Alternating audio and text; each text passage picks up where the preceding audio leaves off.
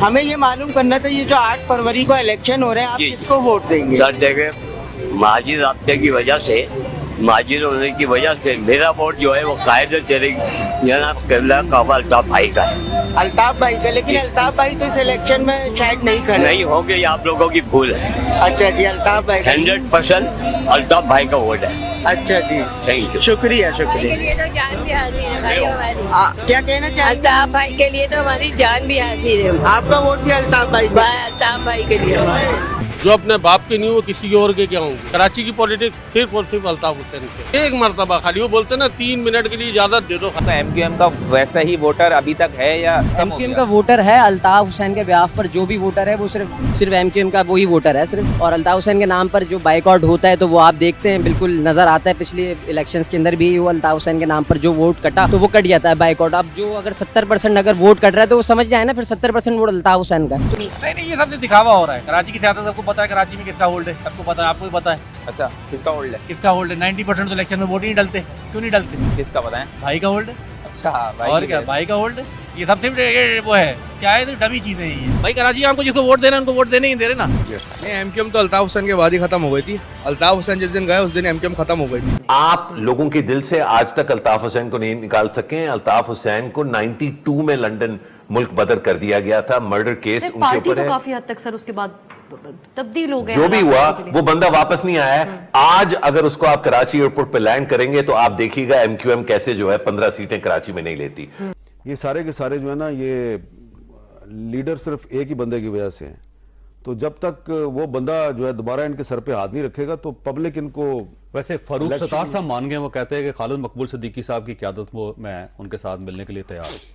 चले फारूक सत्तार साहब खालिद मकबूल सिद्दीकी साहब की क़यादत को मान जाएं, खालिद मकबूल सिद्दीकी साहब मुस्तफ़ा कमाल साहब को मान जाएं, लेकिन ये सारे के सारे जो हैं इन सब का असल लीडर एक ही है, ये माने या ना माने। अल्ताफ हुसैन की बात कर रहे हैं आप, देखिए वो तो इस यूनिफिकेशन में शामिल नहीं हो रहे। तो जब तक अल्ताफ हुसैन इनके साथ नहीं है तो ये कराची में एक बड़ी सियासी ताकत नहीं बन सकते। तो आपका ख्याल ये है कि उनको शामिल करना चाहिए इन्हें? ये मैं तो अपना एक तजिया दे रहा हूं कि उनके बगैर 0 + 0 = 0। अभी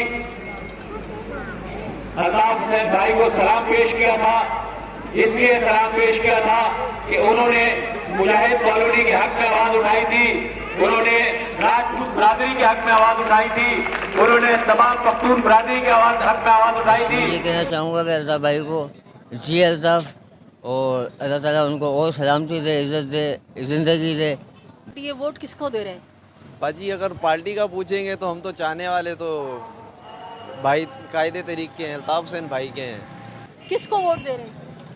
हम तो अल्ताफ भाई को वोट दे रहे हैं। अच्छा, सखर में तो मैं 87 में आया जी, और जब से अल्ताफ भाई का बरसदार हूँ। उम्रा के लिए की थी फर्स्ट टाइम, तो उन्होंने मुझे वहाँ पे आके मतलब मेरे लिए दुआ की थी और मुझे अप्रिशिएट किया था।